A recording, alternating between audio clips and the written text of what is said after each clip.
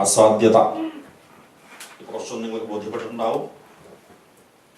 കീർത്തനമൊക്കെ പാടിക്കൊണ്ട് സഹസ്രനാമൊക്കെ ജപിച്ചുകൊണ്ട് കാലത്ത് കുറച്ചൊരു വേദ മന്ത്രങ്ങളും ചൊല്ലിക്കൊണ്ട് നമുക്കിവിടെ തുടങ്ങാം. ശ്യാമൻ സുഹൃത്തും പൂജാതി കാര്യങ്ങളൊക്കെ ആയിട്ട് ഒപ്പുണ്ടാവും. എനിക്കുള്ള വീണ്ടും വീണ്ടും ഉള്ളതായ വരവ് ഇനി വരാൻ പറ്റാണ്ട വയ്യ എന്നുള്ളത് എനിക്കിങ്ങനെ കൂട്ടുകാരെ ഭഗവാൻ കൂട്ടിക്കൊണ്ടിരിക്കുക. ഓരോ ദിക്കിലും നമ്മുടെ ഹെൽമെറ്റിലെ ഡയാലിസിസ് ഹെൽമെറ്റിൽ ക്രിസ്ത്യൻ ഹെൽമെറ്റിൽ ഭാഗവത സുഹൃത്തുക്കൾ ഇങ്ങനെ വർദ്ധിച്ചുകൊണ്ടേയിരിക്കുന്നു. ഏതായാലും മുന്താനം ജ്ഞാനപ്പാനയിൽ പറയുന്നത് പോലെ വിഷ്ണു ഭക്തന്മാരില്ലേ ഭുവനത്തിൽ എന്നുള്ളതായ വരിയാണ് ഞാൻ ഓർക്കാറ്.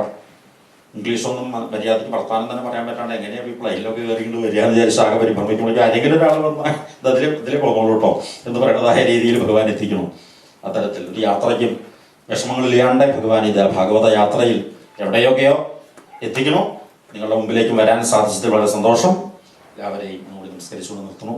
ഗോവിന്ദനാമ സങ്കീർത്തനം ഗോവിന്ദ ഗോവിന്ദ. ഈ കുറച്ചൊരു പ്രസാദം ഇവിടെ ഭഗവാൻ നേരിച്ചു. ആരാധന 9 മണിയുടെ മുമ്പെന്ന് പറഞ്ഞു, സമയം തെറ്റി 9 കഴിയുമ്പോൾ നാളെ 9 മണിക്ക് വേണ്ടുമായിരുന്നു.